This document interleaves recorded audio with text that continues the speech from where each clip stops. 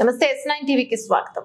అనంతపురం నగరంలోని రాణి నగర్లోని వీరబ్రహ్మేంద్ర స్వామి దేవాలయంలోని కళ్యాణ మండపం నందు విశ్వకర్మ జయంతి వేడుకలు ఘనంగా వెనుకబడిన తరగతుల సంక్షేమ వారి ఆధ్వర్యంలో నిర్వహించడం జరిగింది. కార్యక్రమంలో జిల్లా పరిషత్ చైర్మన్ గిరిజమ్మ, డిప్యూటీ మేయర్లు విశ్వకుల పెద్దలతో కలిసి విశ్వకర్మ జయంతి వేడుకలు పురస్కరించుకుని విశ్వకర్మ చిత్రపటానికి పూలమాల వేసి జ్యోతి ప్రజ్వలన చేసి ఇక ఘనంగా ఐఏఎస్ గారు మంగళవారం ఉదయం అనంతరం నగరంలోని వాణినగర్ లో బ్రహ్మేంద్ర స్వామి దేవాలయంలో కళ్యాణ మండపం నందు విశ్వకర్మ జయంతి వేడుకలు సందర్భంగా పాల్గొని PM విశ్వకర్మ పథకంను సద్వినియోగం చేసుకోవాలని విశ్వకర్మ ప్రోగ్రామ్ ను ఆంధ్రప్రదేశ్ ప్రభుత్వం స్టేట్ ప్రోగ్రామ్ గా అనంతపురం జిల్లాలోనే కాకుండా ప్రతి ఒక్క జిల్లాలోనే ఏర్పాటు చేసే విధంగా ప్రభుత్వం చేపట్టిందని తెలిపారు. కార్యక్రమంలో చాలా గొప్పగా విజయవాడలో జరుగుతోందని తెలిపారు. కార్యక్రమంలో గౌరవ ప్రధానమంత్రి PM విశ్వకర్మను ఏర్పాటు చేయడం జరిగింది. మన భారతదేశంలో వివిధ రాష్ట్రాలలో వివిధ రకాల జాతులు, వివిధ రకాల కులాలు, మతాలు చేసేవారు ఉన్నారు. వాటిలో ఆంధ్రప్రదేశ్ లో PM విశ్వకర్మ యోజన పథకం కింద 18 రకాలైన చేతి వృత్తుల వారికి గుర్తించడం జరిగిందని, వారికి ఆర్థిక సహాయం అందించేందుకు ఈ కార్యక్రమాన్ని 2023 సెప్టెంబర్ 15న